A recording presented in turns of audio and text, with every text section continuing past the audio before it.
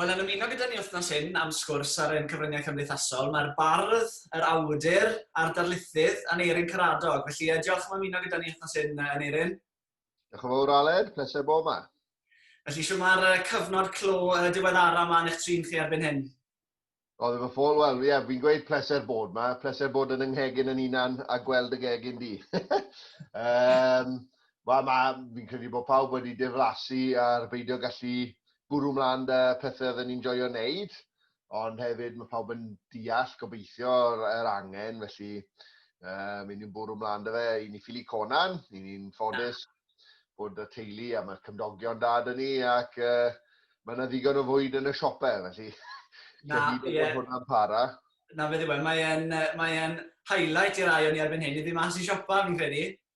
Ydy. Wel, yn y cyfnod clo cyntaf, o'n i'n arfer gwisgo lan mewn 3-piece suit i fynd i Morrisons, ac oedd unrhyw esgus, really. A mae hwnna wedi mynd gadw nawr, ydy fe? Wel, bites i gormod, so sa'n ffito fe'n i'r wasgod ragor.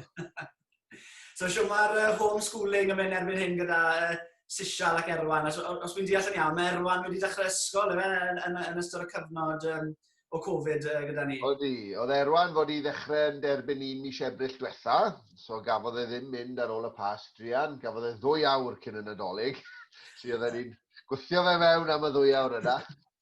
Ond na, mae wedi bod yn hyfryd i gael e gytre gyda ni. Nid y fe, doedd ddim yn ei gyfyn dywaniaeth na gyd mae fe moyn neud i'w chwarae mewn ffordd, y fe. Ie, na beth yw e. Mae wedi newid athrawes nawr o Miss Jones i Miss Rhys. Mae newydd fynd i derbyn 2 ar ôl Nadolig. Felly mae'n cael rhyw fath o gyswllt am a Miss Rhys yn ei sesiynau byw sydd yn gret ac yn lot o hwyl. A wedyn mae Sisial, ond mae gyda hi laptop i hunan a mae yn deall yr hwb yn well na fi. Ie, fi'n credu mae'r plant i gyd erbyn hyn wedi dysgu amdano'r hwb a popeth fel ni. So fel wnaethoch chi weld y cyfnod o mis Medi Nadolig o ran y plant a fel oedd pethau yn yr ysgol? Wel, oedd e'n braf cael plant yn mynd nôl i'r ysgolion, ond mae yna ddadleuon o blaid ac yn erbyn hynny mewn ffordd. Dwi'n meddwl bod angen, mae addysg lot o blant wedi cwmpo nôl dros y flwyddyn diwethaf, felly mae hwnna'n bryder rhywfaint. Ond, ie, yn yr cyfnod lan at Nadolig, oedd ymrawd i yn priodi ar yr 45 o Ragfyr ym Mhontypridd, felly oedd hwnna'n ddigwyddiad bach hyfryd, ond wedyn y noson yna, cyhoeddodd Mark Drakeford bod yna gyfnod clo arall o'n blaen ni. Felly na, oedd Nadolig yn dawel, ac fi wedi bod yn helpu gan bod rieni Laura yn byw yn Gogledd a'n rieni fi'n byw yn Llydaw. Fi wedi bod yn, mae dyn ni gymdoges fynd yn Hetty Coleman yn Bodnant, Mynachol Teres, sydd yn, fi'n siopa ar ei chyferi ers mis Mawrth diwetha, felly gaethon ni Hetty draw, ni fwy na lai mewn Swigen, a mae'n byw ar ei phen-unen, felly gaethon ni draw dydd Nadolig i fita rhywfaint o'r hwyadau yn oedd ni, ac oedd hwnna'n braf iawn. Felly, cyfnod bach tawel hyfryd teuluol dros y Nadolig. Na fe ddiwe.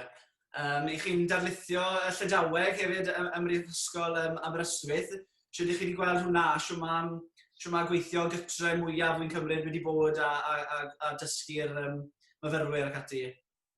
Ie, mae hwnna wedi bod yn brofiad bach braf. Yr adran Gymraeg ag Astudiaethau Celtedd Richard Hinks oedd yn arfer dysgu Llydaweg, ond mae wedi ymddeol, felly mae yna fwlch wedi codi. Felly, jyst rhyw 2 awr yr wythnos o ddysgu yw mewn ffordd. Sesiwn 2 awr gychwynnol a wedyn sesiwn awr gyda myfyrwyr Cymraeg o bob oedran. So mae unrhyw un yn yr adran Gymraeg yn gallu cymryd modiwl fel rhan o'i gradd. So mae rai blwyddyn gyntaf, rai tair trydydd blwyddyn. Ond braf gallu dysgu rhywfaint o Lydaweg, mae ngwraig i'n fysi iawn yn dysgu Cymraeg nawr i oedolion. Ac tra bod fi wedi cael cyfnodau bach o ddysgu yn ystod y nos, ond wastad wedi bod ofan mynd i ddysgu'n llawn amser, achos na beth oedd yn rieni fi'n neud. So ni'n gweithio ni'n gwneud unrhyw beth ond am fod yn athro. Chi wedi cadw bant o'r maes am y fydd i chi fewn nawr? Ond mae 2 awr yr wythnos yn oreit, allai gwybod hwnna. Na fe ddiwe, ie. A wnaethoch chi sôn yna am Laura, so mae'ch gwraig yn y ffordd wraig yoga. Ydych chi'n cwmpo mas weithiau yn y tŷ pwy sy'n cael y cyfrifiadur, neu bod angen bach o dywelwch o'r naill i'r llall ac ati? Na, oedd na straen ar y dechrau, pan oedd y cyfnod clos, yn reit, oedd pobl yn moyn i barhau i ddysgu yoga, fwy o angen am yoga nag eriod. Ond sydyn reit, oedd pobl ar hyd Cymru yn disgwyl bod hi'n gallu creu rhyw studio dyledu mas o'n tŷ ni, gyda'i laptop. Mae ni buddsoddi mewn microffon nawr, ond mae cadw'r tŷ yn dawel tra bod yna recordio neu sesiynau byw yn mynd ymlaen yn dipyn o her. Felly i fi goffa mynd ar plant mas am dro rownd y pentre, neu mynd i siopa falle, ac yn y blaen. Ond na, i ni wedi dod i ryw drefen nawr, ac i ni dal yn briod ac yn hapus. Ie, na beth yw e. Chi'n dilyn amserlen, siwr o fod eitha trylwyr erbyn hyn o pwy sy'n cael bethau a pwy sy'n mynd mas o'r tŷ ac ati.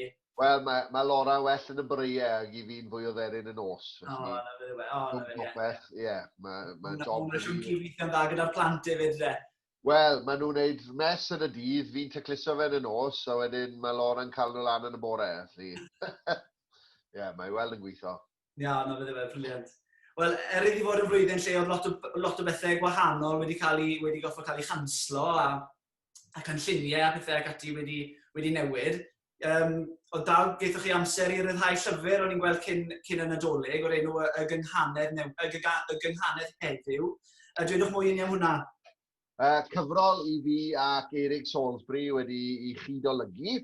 Felly, i ni wedi cyfrannu rhai darnau at y gyfrol, ond yn bennaf, cyfrol sydd yn casglu cyfraniadau gan 50 o feirdd a changyneddwyr heddi i drafod pob math o agweddau ar gynghanedd, achos mae yna lyfrau sydd yn dysgu pobl siwt i gynghaneddu, mae yna nifer o glybiau neu ysgolion barddol yn digwydd ledled Cymru o Gaerfyrddin i Ddinas Mawddwy, Gaernarfon i Gaerdydd. Felly mae yna boblogrwydd yn y peth, ond falle bod yna ddim llyfr sydd yn trafod y grefft, yn trafod rai o'r pethau hynod o geeky yna, fel ydy dwy lythyren gyda'i gilydd yn creu'r saint i'r glist fodern erbyn hyn fel mae'r hen fiolen nodi. Felly, ie, mae wedi bod yn brofiad braf dod i hwnna at ei gilydd. Oedd e fod yn barod erbyn Steddfod Ceredigion. Felly, gallwn ni bach mwy o amser i gael yn barod erbyn Nadolig. Dath e mas yn y siopau, mae weld yn gwerthu'n dda. Ond ie, mae'n gyfrol i'r geeks cyngeneddol, ond hefyd i'r bobl sydd falle yn ofan yn gynghanedd, achos yn y cefn mae yna eirfa yn chwalu'r myths sydd i gael. I ni'n trio agor y peth lan, a mae wedi wneud mewn ffordd mae'r diwyg yn ddeniadol ac bod yna bynciau academaidd, dyw e ddim yn cael ei drin mewn ffordd academaidd mewn ffordd. A ni'n trafod pob math o bethau o gyngeneddion Dafydd Ap Gwilym i niwrowyddoniaeth ac bu astudiaeth yn ddiweddar gan Adran Seicoleg Bangor, lle oedden nhw'n treso y matebion trydanol mae'r ymenydd yn neud wrth ddod ar draws cynghanedd. Ac o'n nhw wedi canfod bod na rhywbeth special am y gynghanedd. Hynny yw, o'n nhw wedi gwneud profion, o'n nhw'n cynnig llunellau heb gynghanedd i'r test subjects yma, ac oedd i ymenydd nhw ddim yn ymateb mewn ffordd mor ffafriol i glywed y glec gyngeneddol. Felly mae yna rhywbeth special am y gynghanedd. Wel, o'n i'n tra'n yn edrych tyma bach ar y llyfr cyn y cyfweliad yn eirin. Pob gwefan nes i arno, oedd yn gweud bod y llyfr yn sold out. Mae rai bod wedi gwerthu'n eitha da. O, ieffach fi rhaid, ni fynd i ail argraffu da. Ie, wel, na fydd falle bydd rhaid i chi. So, oedd y cyfnod Covid wedi creu peth anawsterau yn gwneud y llyfr, neu dim ond dileu y dyddiad iddo mas? Wel, mewn ffordd, bydden ni wedi cael rhyw fath o lyfr yn barod erbyn Steddfod Tregaron, ond dwi'n meddwl bod y llyfr ar ei ennill o ran, oedd y cyfraniadau i gyd yn ei lle, ond falle'r diwyg gymrodd hwnna rhai misoedd yn fwy nag o'n i wedi gobeithio mewn ffordd ar ôl i ni gyflwyno'r testyn ym mis Awst. Felly, falle bod wedi creu gwell cyfrol mewn ffordd. Ie, na fydd yw, falle bod e, ie. So, edrych nôl ar 2018, pan wnaethoch chi symud am flwyddyn, chi a'r teulu i Lydaw am gyfnod. Siwr mae'r sefyllfa Covid wedi bod gyda nhw fyna, oherwydd fel wedwch chi, mae teulu a mi'n siŵr ffrindiau gyda chi yn byw yn yr ardal. Siwr mae'r sefyllfa wedi bod gyda nhw o ran Covid. Ie, mae yna rai aelodau o deuluoedd cymdogion i ni'n gwybod sydd wedi cael. Mae'n fam i'n 1 o 6, felly mae yna deulu mawr a maen nhw i gyd wedi cael plant. Mae wedi proliferato teuluoedd pabyddol ynddo fe. Ond ie, felly mae yna lot o gefnryd y fi. Mae rai wedi cael ac wedi cael ei llethu gan fe mewn ffordd ac mae'n ofnadw o glefyd ynddo fe. Yn y ffordd ddim dal siwr mae fe'n effeithio pobl. Ond dwi'n meddwl falle ar y cyfan, ar y dechrau, Llydaw, mae'n eitha gwledig. Mae'n eang, mae yna lot o dir a dim gymaint ni o bobl. Bod yna fwy o bobl nag sy'n byw yng Nghymru, mae tiriogaeth Ffrainc yn enfawr. Felly falle bod nhw wedi gallu diogelu ac erbyn mis Mehefin diwetha, oedd yn rieni fi yn mynd nôl i hen arferion o fynd i'r farchnad yn Rheles Nefen sydd wedi gyfeillio ar y cyfyrddin a mynd i'r caffe am wydred o win ar amser cynod i llun a pethau fel yna, fel mae pobl wedi ymddeol yn neud. Ond wedyn yn sydyn reit tuac gorffennaf, oedd y feirws yn mynd nôl lan yn Llydaw.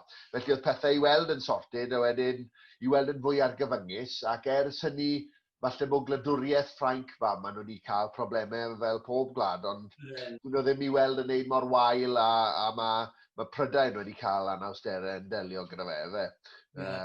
Felly, ar y cyfan, mae plant nôl mewn ysgolion nawr yn Ffrainc, ond maen nhw'n gorfod gwisgo mwgwd pob oedran. Felly mae hwnna'n dipyn o beth i, llwch chi ddychmygu plant y derbyn ym Mhontyberem yn gorfod gwisgo mwgwd.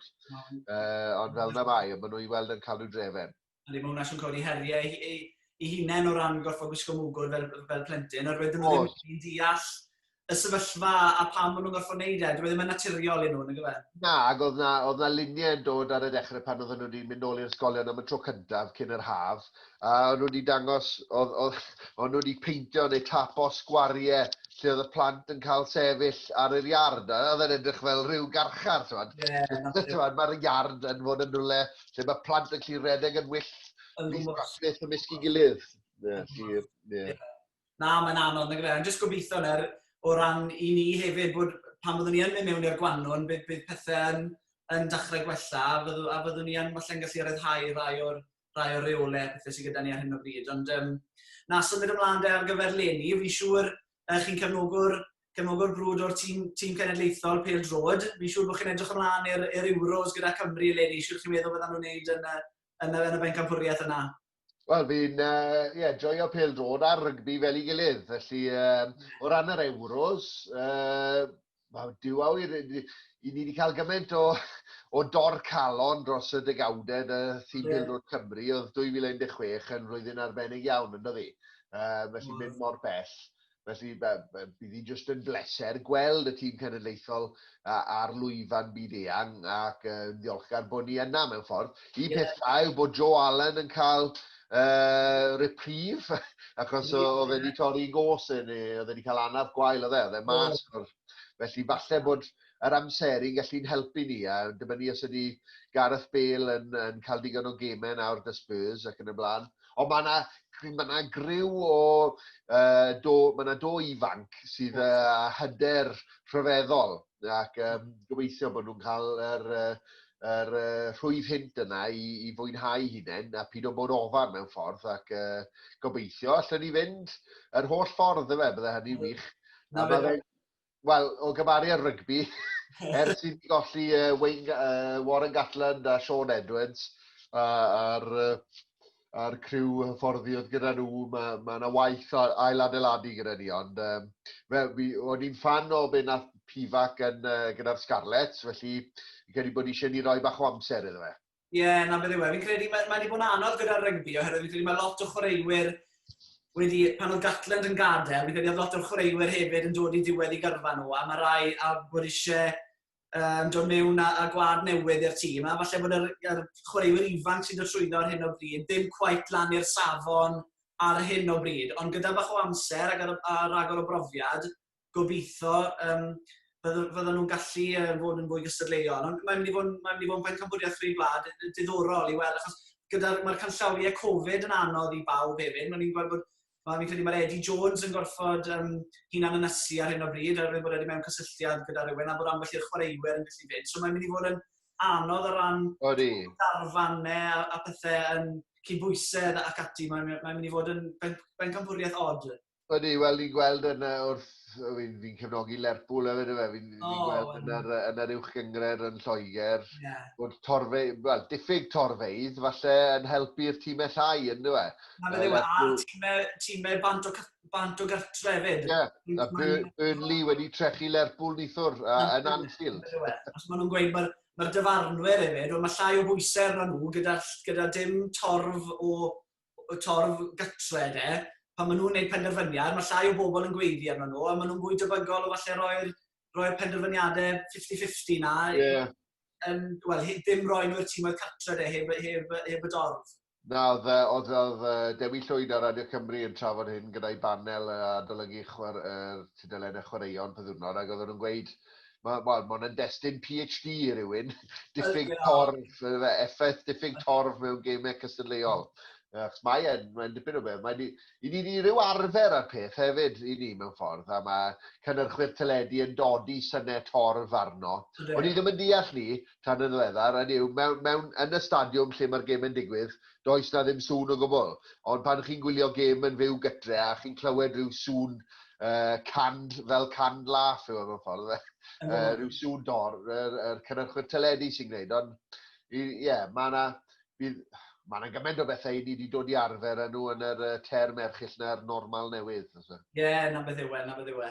Wel, diolch yn fawr am y sgwrs gyda ni bore yma, Erin. Fi'n gobeithio, bod ni ddim wedi gallu gweld yn gilydd wyneb wrth wyneb am gyfnod nawr, fi'n gobeithio pan byddwn ni nôl yn weithredol yn y fenter fel oeddwn ni, byddwn ni'n gallu cydweithio ar ambell i brosiect, ambell i weithgaredd fel ni wedi wneud yn y gorffennol. Felly, diolch yn fawr, cadwch yn saff, a fi'n gobeithio ni weld yn gilydd rhywbryd eto. Diolch yn fawr, ac edrych ma'n i ddal y land y disgled yn y cwtch cymbo hir. Bendant. Diolch yn fawr yn Erin. Iawn, hwyl.